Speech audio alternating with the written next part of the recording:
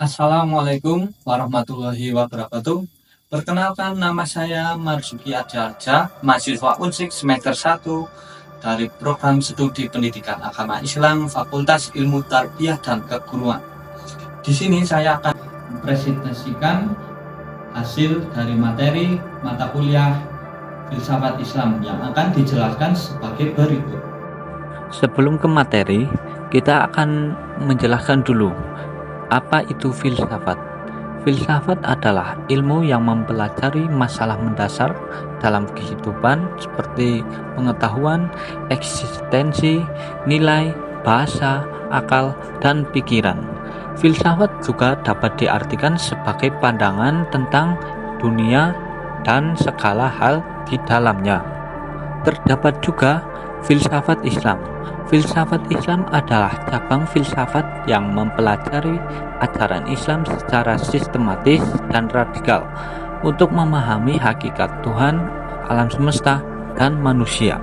Filsafat Islam juga merupakan upaya untuk menguraikan ajaran Islam dalam bahasa keilmuan yang dapat diterima akal pikiran. Oke, kita akan memasuki bagian pertama, yaitu berpikir filosofis dalam Islam. Filsafat Islam mendorong kita untuk menggunakan logos atau akal rasionalitas dalam memahami kehidupan, bukan sekadar menerima mitos tanpa analisis kritis. Dalam tradisi Islam, akal dianggap sebagai anugerah Allah yang digunakan untuk mencapai kebenaran dan kebijaksanaan. Dengan berpikir rasional, manusia dapat menjalani hidup yang bermakna, bahagia, dan seimbang. Dari penjelasan tadi, berpikir rasional adalah kemampuan untuk berpikir dengan menggunakan logika, fakta, dan data untuk mengambil keputusan atau bertindak.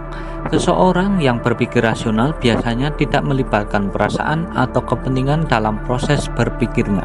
Berikut beberapa ciri berpikir rasional. Yang pertama adalah mampu mengidentifikasi, menganalisis, dan mengevaluasi informasi. Yang kedua, mampu menguji asumsi-asumsi. Yang ketiga, mampu menarik kesimpulan yang masuk akal dari fakta. Yang keempat, berorientasi pada target dan selalu membuat rencana untuk mempermudahnya. Allah Subhanahu wa Ta'ala memberikan banyak anugerah kepada manusia, di antaranya akal. Anugerah terbaik yang diberikan Allah kepada manusia, pendengaran, penglihatan, dan hati nurani. Anugerah yang diberikan Allah kepada manusia ini dapat menjelaskan berbagai aspek yang ada di bumi ini. Yang ketiga, potensi jasmani, rohani, dan akal. Yang keempat, hidayatul adyani, anugerah yang memungkinkan manusia untuk mengerti dan memetik kebenaran dalam agama. Pada materi bagian 2, yaitu hidup bahagia menurut Al-Farabi. Al-Farabi, kebahagiaan dalam kesempurnaan akal. Al-Farabi memandang kebahagiaan sebagai tujuan tertinggi manusia. Menurutnya, 1. Kebahagiaan dicapai melalui pengembangan akal dan jiwa. Yang kedua, manusia harus memahami hakikat dirinya, alam semesta, dan hubungan dengan Tuhan. Yang ketiga, keseimbangan antara aspek fisik atau jasmani dan intelektual menjadi kunci kebahagiaan. Yang keempat, kebahagiaan sejati dicapai dengan hidup dengan prinsip-prinsip keutamaan atau virtue seperti keadilan, keberanian, dan kebijaksanaan. Menurut Al-Farabi, kebahagiaan merupakan puncak kebaikan yang dapat dicapai seseorang setelah mencapai kesempurnaan hidup. Kebahagiaan yang sejati atau al-sa'adah merupakan hal yang sulit dicapai, namun setiap manusia berusaha untuk mendapatkan. Berikut adalah beberapa hal yang berkaitan dengan kebahagiaan menurut Al-Farabi. 1. Kebahagiaan berarti jiwa manusia mencapai tingkat kesempurnaan dalam eksistensinya. Yang kedua, kebahagiaan dapat dicapai dengan cara berniat dan berusaha menjadi orang baik. Baiklah, kita akan lanjut ke materi ketiga, yaitu hidup bahagia menurut Al-Ghazali. Al-Ghazali, kebahagiaan dalam kesucian jiwa.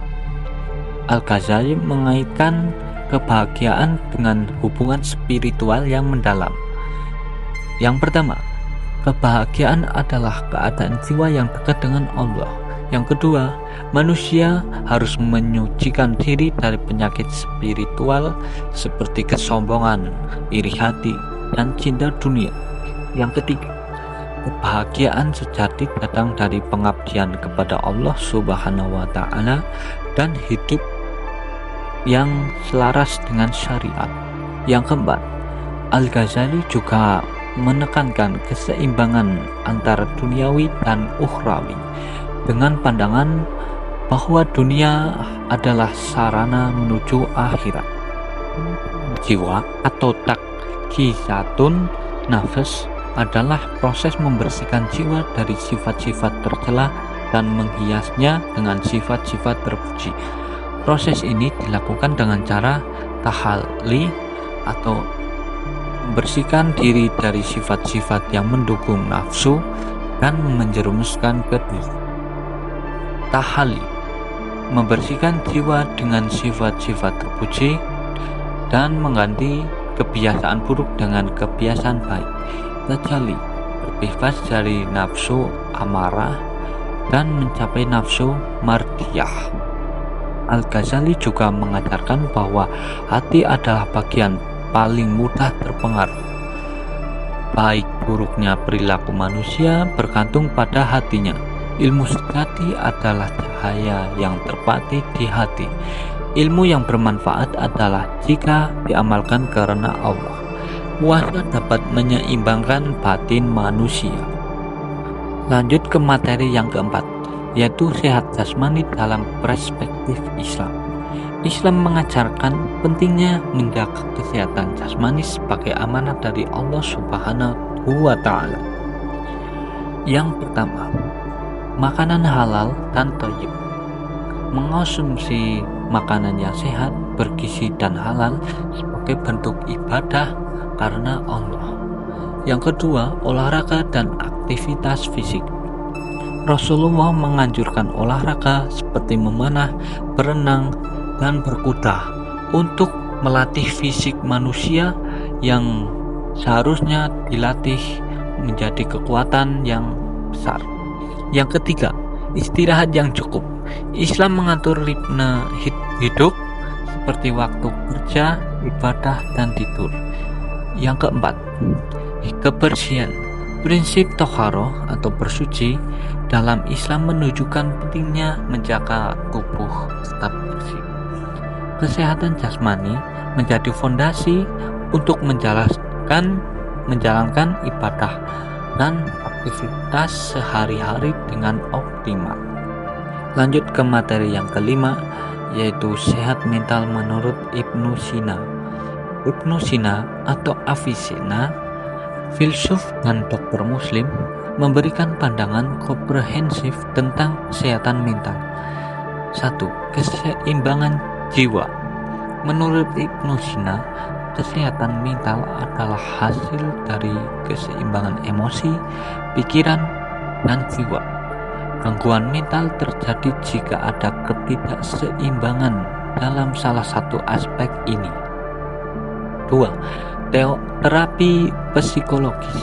Ibnu Sina percaya pada kekuatan nasihat, musik, dan lingkungan yang harmonis untuk menyembuhkan gangguan jiwa. 3. Koneksi spiritual. Kesehatan mental dipengaruhi oleh hubungan manusia dengan Tuhan. Zikir dan doa menjadi metode untuk menenangkan pikiran dan hati. 4. Pencegahan. Pola pikir manusia dan penghindaran dari stresor, cara menjaga kesehatan mental. Dari materi yang sudah dijelaskan tadi, kesimpulannya adalah harmoni antara akal, jiwa, dan tubuh. Islam mendorong keseimbangan antara hubungan jasmani, mental, dan spiritual untuk mencapai hidup bahagia dan bermakna. Dengan memadukan akal atau logos dan nilai-nilai keimanan, manusia mampu menjalani hidup secara rasional sekaligus bertakwa. Teknik nyata untuk mahasiswa. 1. Kembangkan kebiasaan berpikir kritis dalam belajar. 2. Jaga kesehatan fisik dengan pola hidup sehat dan olahraga. 3. Berlatih pengelolaan emosi melalui meditasi, doa, atau aktivitas positif. 4. Jadikan pencarian ilmu sebagai bagian dari perjalanan menuju kebahagiaan sejati. Begitulah materi yang saya jelaskan dari mata kuliah Filsafat Islam. Bila ada kesalahan, saya mohon maaf. Sekian dan terima kasih. Wassalamualaikum warahmatullahi wabarakatuh.